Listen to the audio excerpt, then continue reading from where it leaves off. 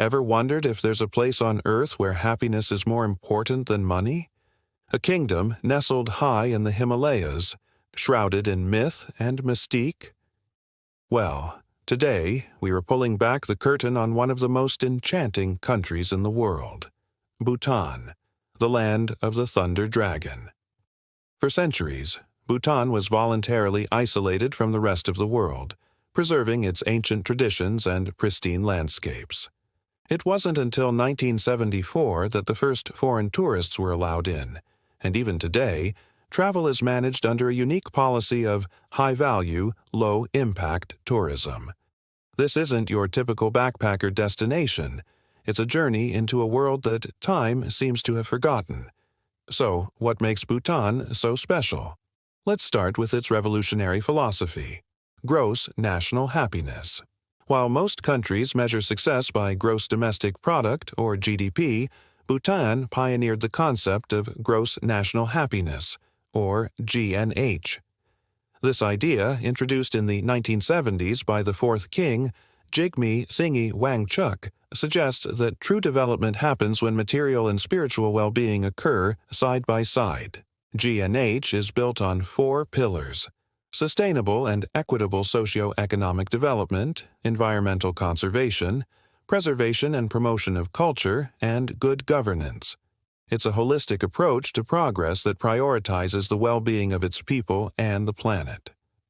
This isn't just a catchy phrase. It's a guiding principle embedded in the country's public policy. This focus on well-being is visible everywhere. Imagine a country where over 70% of the land is covered in forest, a commitment enshrined in its constitution. In fact, Bhutan is not just carbon neutral, it's carbon negative. It absorbs more carbon dioxide than it produces, thanks to its vast forests. This makes trekking through Bhutan an almost spiritual experience.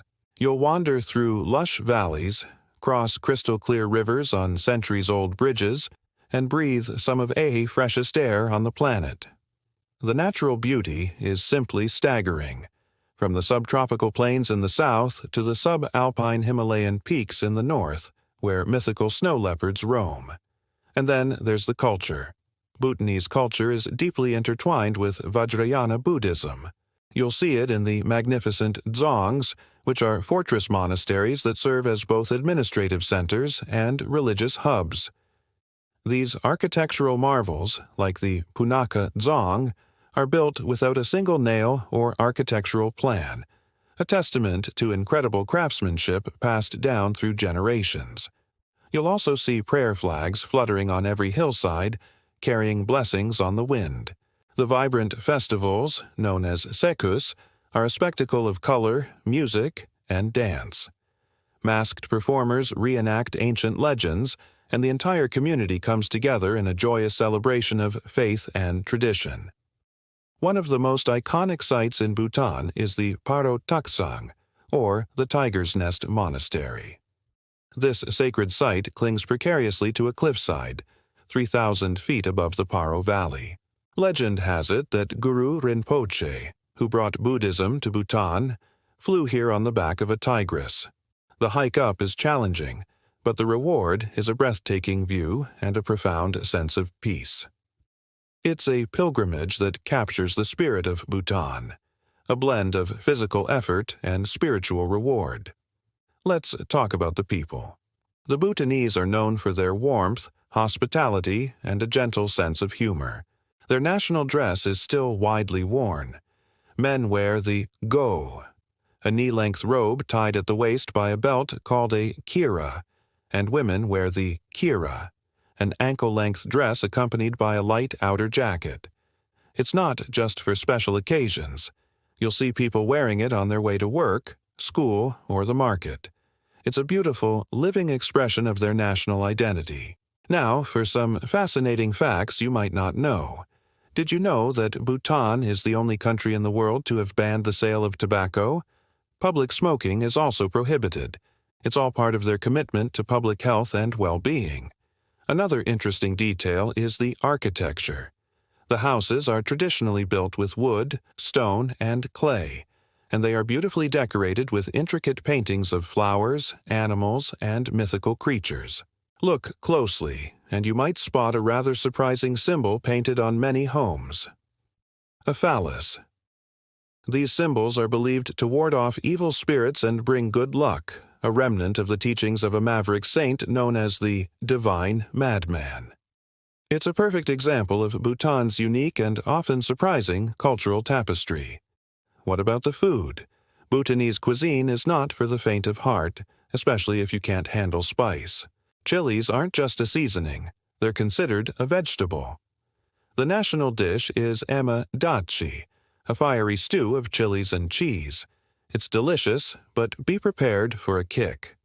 They also eat a lot of red rice, which has a nutty flavor and a beautiful pinkish hue. Bhutan's approach to monarchy is also unique. In 2008, the country transitioned from an absolute monarchy to a constitutional monarchy, a change championed by the king himself. The beloved former king abdicated in favor of his son, Jigme Kesar Namgyel Wangchuck, believing that a new generation should lead the country into a democratic future. This peaceful, king-led transition to democracy is almost unheard of and speaks volumes about the wisdom of its leaders. But Bhutan isn't a perfect utopia stuck in the past. It's a country navigating the complexities of the 21st century. The internet and television only arrived in 1999, and the country is carefully balancing modernization with the preservation of its culture. The youth are grappling with global influences while still holding their traditions dear. It's a delicate dance, and one that Bhutan seems to be managing with grace and foresight. So, why should Bhutan be on your travel radar? It's more than just a vacation, it's an education. It is a chance to disconnect from the noise of our hyper-connected world and reconnect with something more fundamental. It's a place that challenges our definition of wealth and success. You won't find megamalls or fast food chains. Instead, you'll find breathtaking landscapes, a rich spiritual heritage, and people who measure their wealth in happiness. Visiting Bhutan is an investment, but the return is immeasurable. It's a journey that will stay with you long after you've left its mountain peaks behind. It's a reminder that a different way of living is possible, a way that is more in harmony with nature and with ourselves. It is, in every sense of the word, a true privilege to experience the last great Himalayan kingdom. Thank you so much for joining me on this journey to Bhutan. If you've ever been, or if it's on your bucket list, share your thoughts in the comments below. Don't forget to like this video and subscribe for more adventures to the world's most incredible places. See you next time.